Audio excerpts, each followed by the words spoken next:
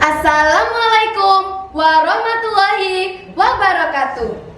Dewan juri yang saya hormati, teman-teman yang berbahagia, perkenalkan, saya Ola Javendra Gunawan dari SMP Negeri 3 Mojo Agung.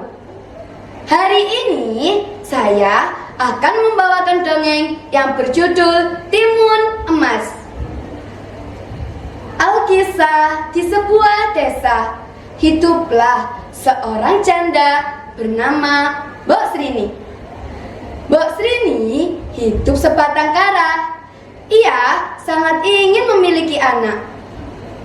Pada suatu ketika, ia bermimpi didatangi oleh sesosok raksasa di hutan.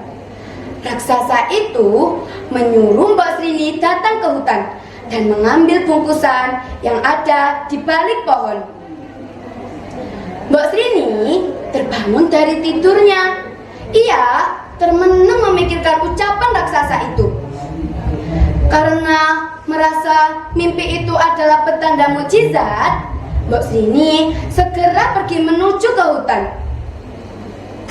Namun, bukannya bertemu dengan anak yang diinginkannya, Mbok Srini justru bertemu dengan sesosok raksasa. Raksasa itu berkata, "Hei Mbok Srini, kau menginginkan anak ya? Aku bisa menolongmu," kata raksasa itu dengan suara yang keras. "Benarkah?" tanya Mbok Srini. "Benar, tetapi ada syaratnya. Kalau anakmu berumur 16 tahun, kau harus menyerahkannya kepadaku," jawab raksasa itu. Karena begitu pengennya dia punya anak, Mbok Srini tidak berpikir panjang lagi. "Baiklah, aku tidak keberatan," jawab Mbok Srini. Kemudian raksasa itu pun memberi sebuah biji mentimun kepada Mbok Srini. Mbok Srini segera pergi pulang. Lalu ia menanam biji mentimun itu di halaman belakang. 2 minggu kemudian, biji mentimun itu tumbuh dengan sangat lebat. Ada satu buah yang sangat besar, warnanya kekuningan. Mbok Srini tentu saja tertarik pada buah itu. Ia memetiknya, lalu membawanya pergi pulang. Sesampainya di rumah, Mbok Srini mengambil pisau dan membelah buah mentimun yang besar itu.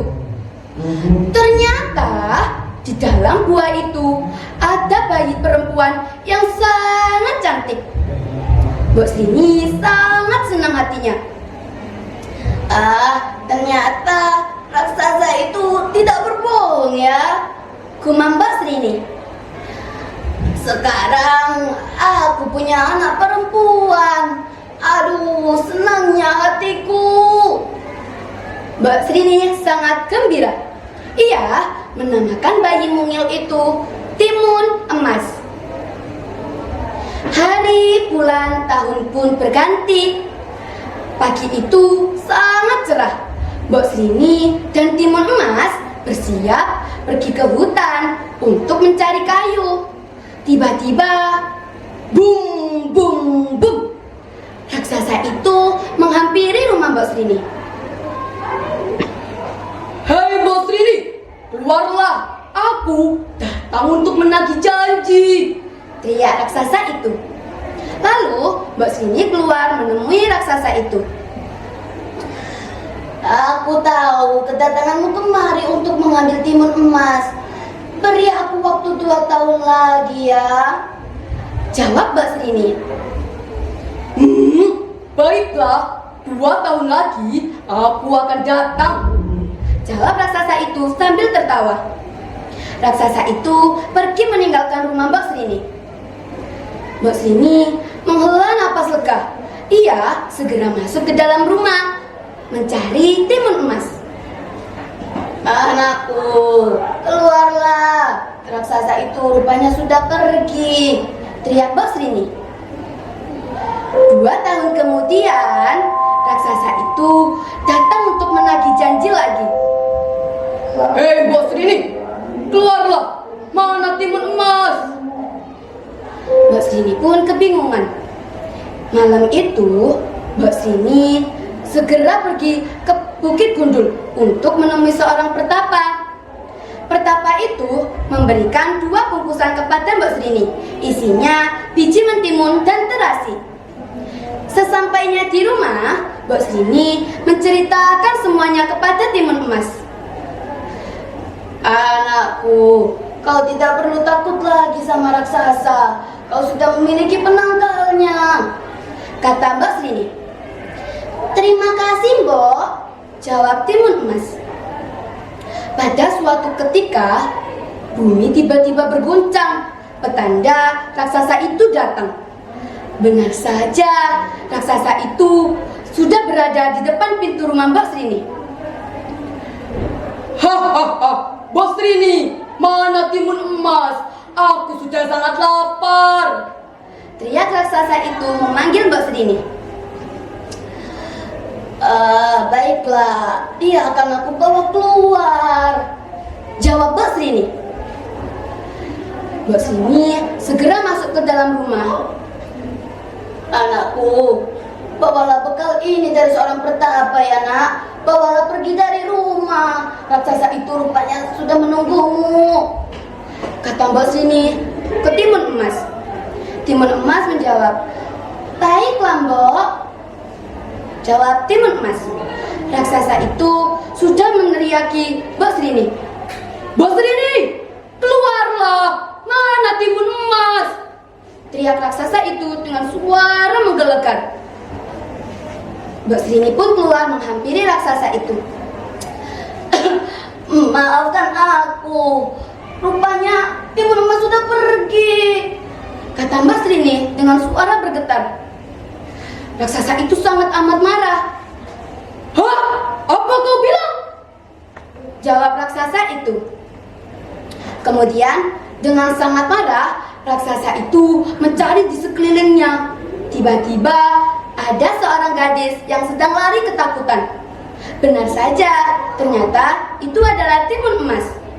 Raksasa itu segera pergi mencari Timun Emas. Ia mengejarnya. Timun Emas dengan kelelahan ia ketakutan. Ia bingung harus bagaimana. Timun Emas pun menoleh ke belakang. Dan benar saja, raksasa itu sudah ada di dekatnya. Tidak lama kemudian, Timun Emas mengambil sebuah biji mentimun dari seorang pertapa. Dia melemparkannya ke arah raksasa itu. Tiba-tiba, biji mentimun itu bertumbuh sangat lebat. Raksasa itu seketika berhenti dan melihat di sekelilingnya. Ia memakannya. Timun Emas cepat-cepat lari sebelum raksasa itu mengejar lagi.